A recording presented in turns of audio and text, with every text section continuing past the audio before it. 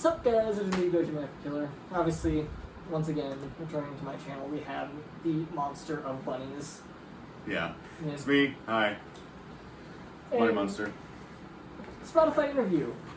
Music genre interview. Yeah. Basically just is. I ask him about his childhood and the music that formed him. Alright. And his evolution of taste throughout the years, and just kind of see where that goes. And then I'm going to give him my sacred book, and he can look through my Spotify and my iTunes and all that shit, my artists, my playlists, and all that kind of fun stuff, and just see what's up with me. Put me in the hot seat as well. Give me some hot questions, as it were, you know? Is to talk to me about some of your earliest memories of music that you can remember. Well, when I was growing up, most of the music that I would listen to was music from my mother. My mom grew up in the 80s, and her favorite kind of music that she listened to was something called college rock. So when kids in college, they used to have like special radio stations that would play music that were like underground bands. Like at the time it was like REM, Cantor Van Beethoven, I guess Bjork at the time would be considered underground. And a lot of the stuff that she had was stuff from like her youth. And so what she would do was when she was cleaning the house or when she was cooking and she just wanted some stimulation without turning on the TV, she would play her music. And a lot of what she played was like The Offspring and Bare Naked Ladies. And this one girl named, I think, Michelle Branch. It was one of those female rock artists who was coming in and using like the 2000s-y kind of sound, you know what I mean? Like Avril Lavigne, which is one of the music things that she played as well. But really, I didn't really mind music. It was just sounds to me when I was like 3 years old. And then when I was about like maybe 4, she put on this one album called 16 Stone, which is by a band called Bush. And what they did was, at the time, England was trying to recreate the grunge scene because England's fashion is, like, I think a few years behind us.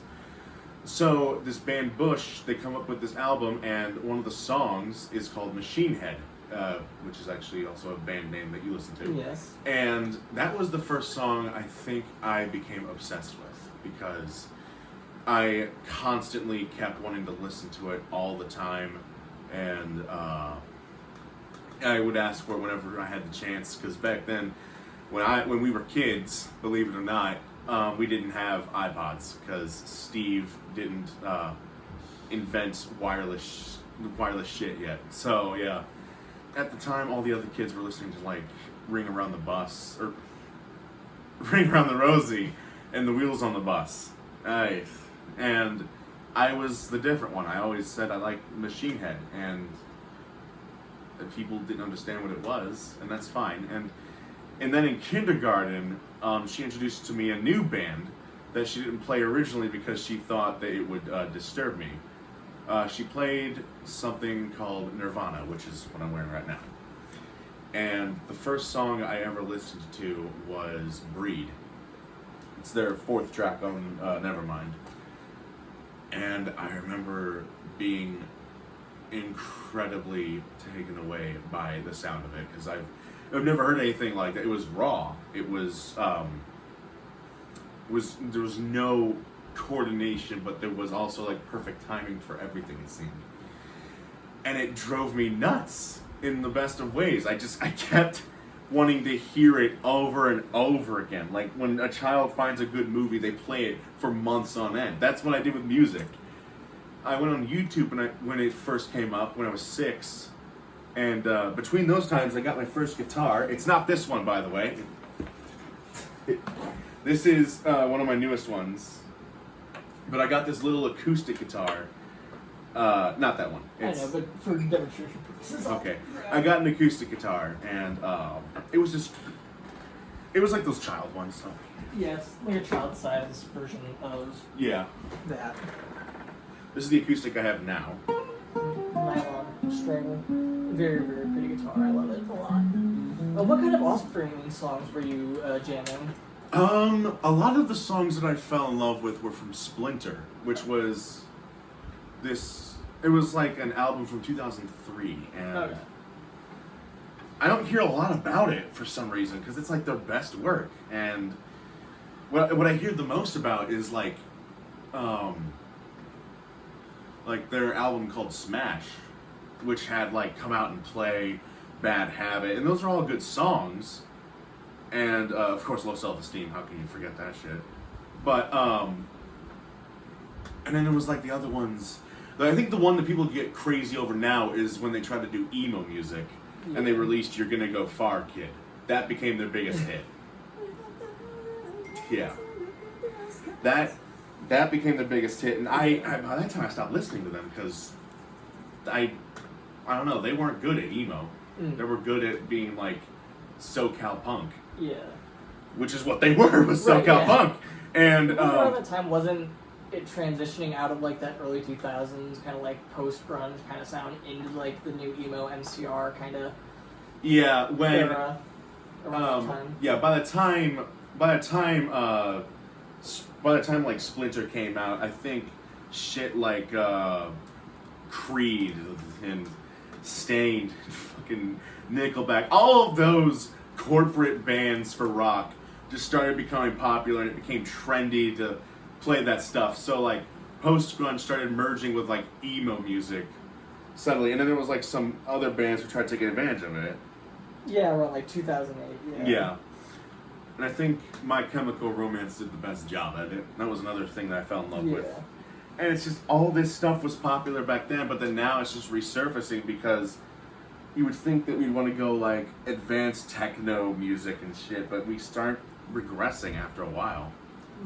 Some of us get nostalgic around a certain point in our life, I'm sure. I mean, nostalgia can make us all seem pretty stupid, but it can also make a lot of good decisions. Yeah. Like, grunge is coming back, and that's what I like to play a lot, is grunge. Yeah. And what else is coming back is apparently nu metal is starting to come back in a minor form. Yeah, there's a couple of new metal-y things that have been popping up. Yeah.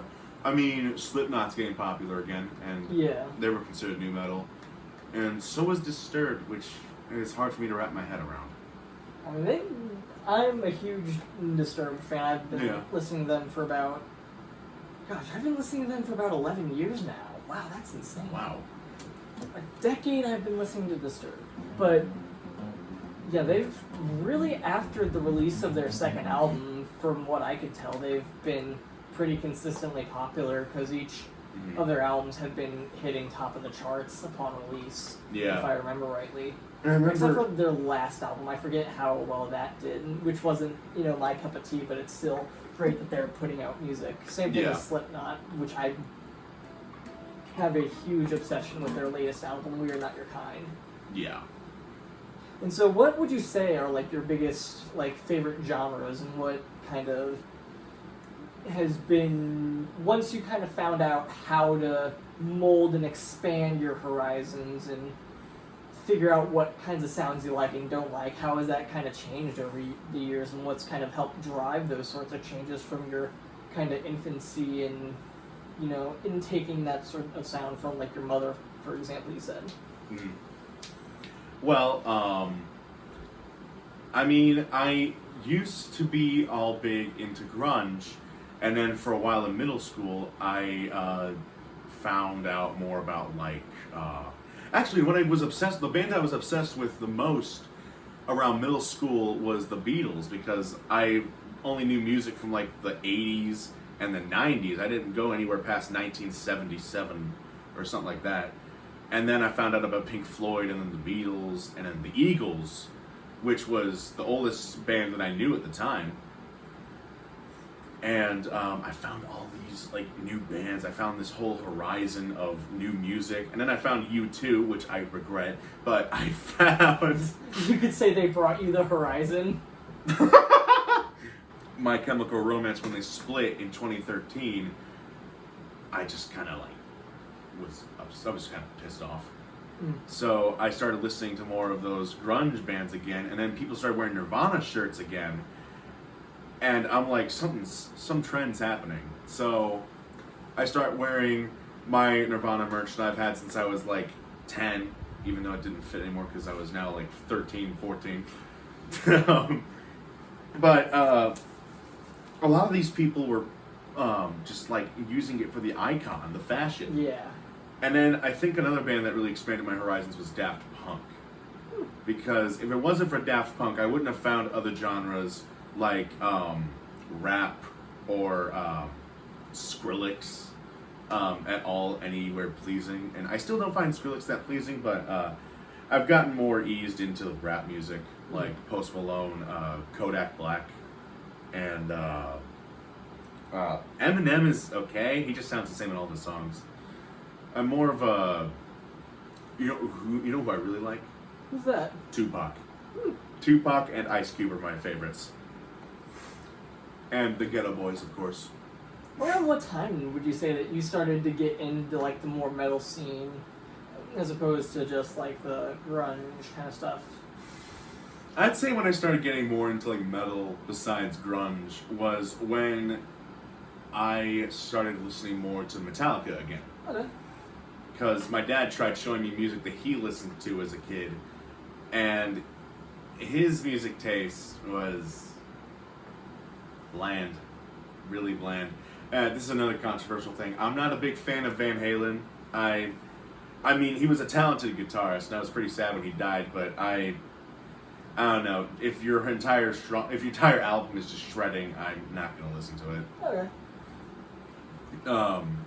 I mean, David Lee Roth and Sammy Hagar all have like that, wah! And I can't bear all that stuff. Alright. And I mean, I'm not a glam metal person, anyways.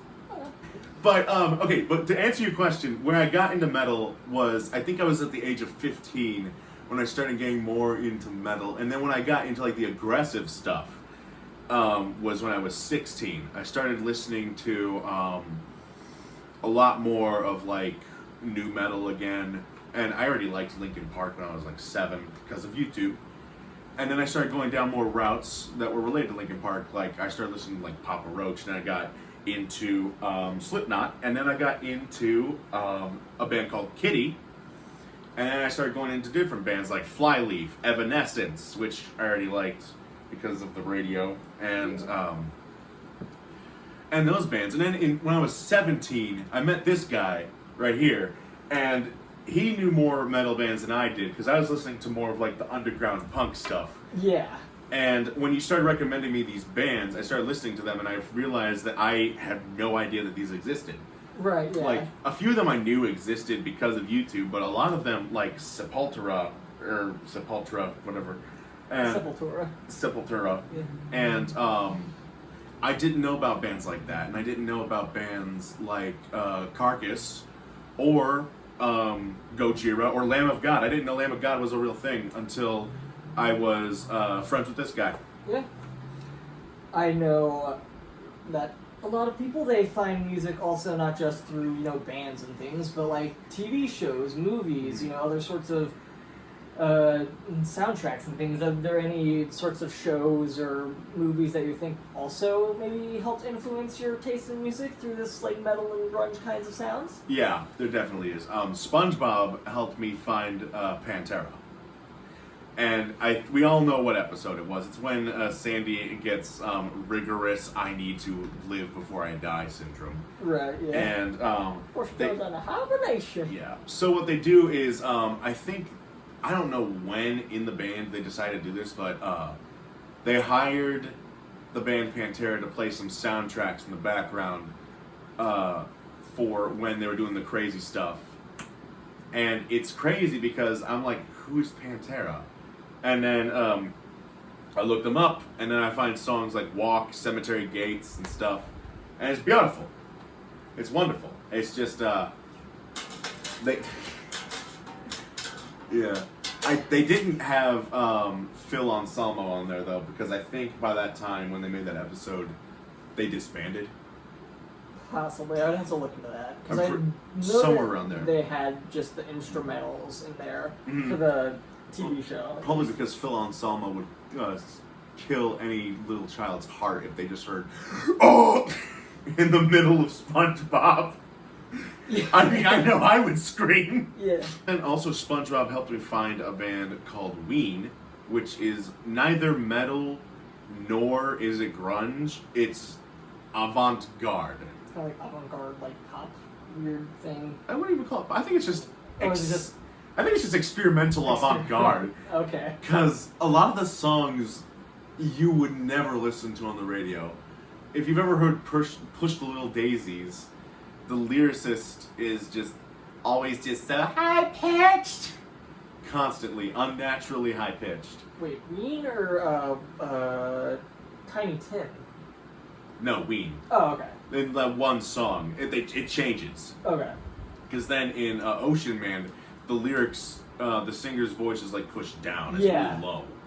Ocean Mom. Take me by the hand, lead me to the land that you understand. I made a god-awful cover of that song when Steven Hillenburg died. It's my most popular video on my music channel. Oh, that's bad. But SpongeBob helped me find music.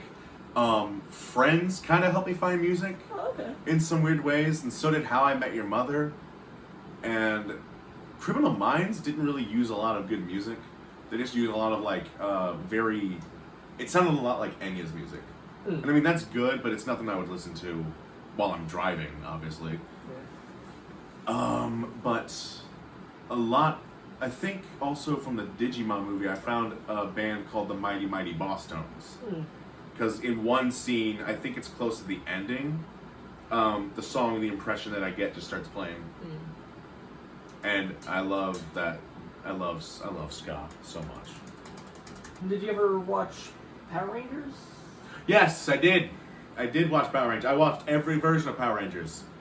I was so obsessed with them, I actually brought a glove for the... Do you remember that one about like the dinosaurs? It's like the three, and there's like that one dude who's the Black Ranger. Yeah. Yeah. Yeah. And it's all about like the dinosaurs. I wore his glove to my Aunt Denise's wedding, and I wore it at the reception. I'm sorry. I never took it off. And then another thing that I play, or that I like, that has good music is video games. Any video games that you can think of that helped give you the music of the face? Even if it's like recent video games that you've enjoyed their soundtracks that you think might influence your future taste in music. Night in the Woods, probably, and same with Undertale. I'd probably say Night in the Woods has a better chance because a lot of the music that's in Night in the Woods is already music that I would like already, because what they play is a metal band, or a punk metal band. And, the game itself is it's a existential crisis into a game. And it's actually moved me so much when I learned that Alec Haluka, who made the game, killed himself, essentially. I worked hard to make a memorial song, and I put it on the third album. And then I would say that Undertale does a lot of good because the soundtracks are very unique and they're well put together. Especially the meme song, we all know that one. Stop that. Stop. Please stop. There's that one, and then there's just like Bruckenstruck, did I say that right? Yeah, I think I said that right. It's Asgore's theme. That's the one that does like the best justice, in my opinion. Alright, awesome, super cool stuff. And today you're still listening to a lot of grunge, and you mentioned some rap, and you're listening to metal kind of stuff.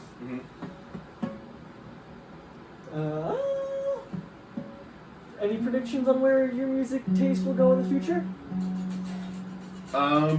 No, I don't have any predictions, but I pray that I don't like country because I've said for many years that I despise country and it's my least favorite genre. I can't stand it. I am of the same opinion, so we do not need to hash out that kind of a debate because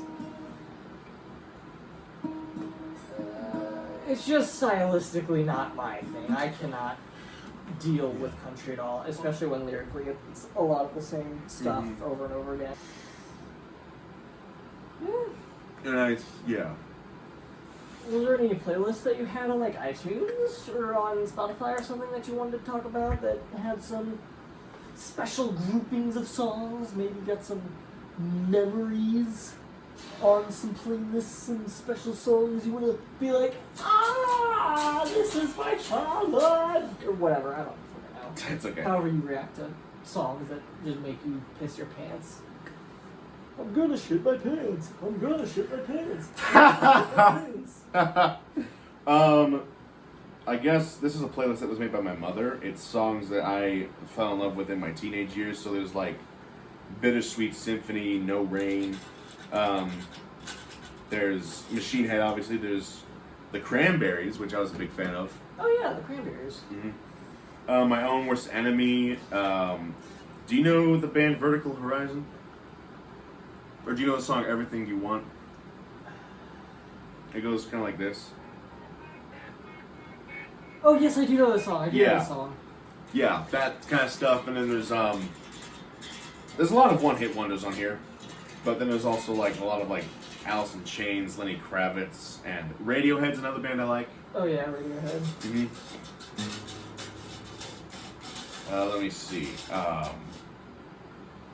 I guess a playlist that I made that really speaks out to me is it's the one that I have that's just piano music. Or no, my Youthful Angst is the one that really speaks out to me. Okay. It's all of it is music that I listened to that really just made me feel like myself. Yeah. So there's a lot of Beck, there's a lot of Blink-182, and there's just a lot of emo. A lot of emos on here. Blink-182, that's a big band. Mm-hmm. And then there's a band on here called Fountains of Wayne. Alrighty. And then the Goo Goo Dolls on here. You remember them, right? Yep. Mm-hmm. And the Gorillas and just some other small bands like Hum, Ubastank. There's a guy named Jimmy Ray on here. And then there's like some one-hit wonders like Steal My Sunshine, Hanging by a Moment. Let me see what else is on here. The Reason is on here from Ubastank. And Satellite from the band called Guster. Oh, I thought you were going to say POD. No. I really should get rid of that one because that was my ex's. That was me and my ex's song. Fucking degenerate. Yeah, I'd say that covers your. Would you say that covers your spectrum of things? Yes. Okay, I'll Alright. cut the video and check the battery, and then we can get going with my half. Alright.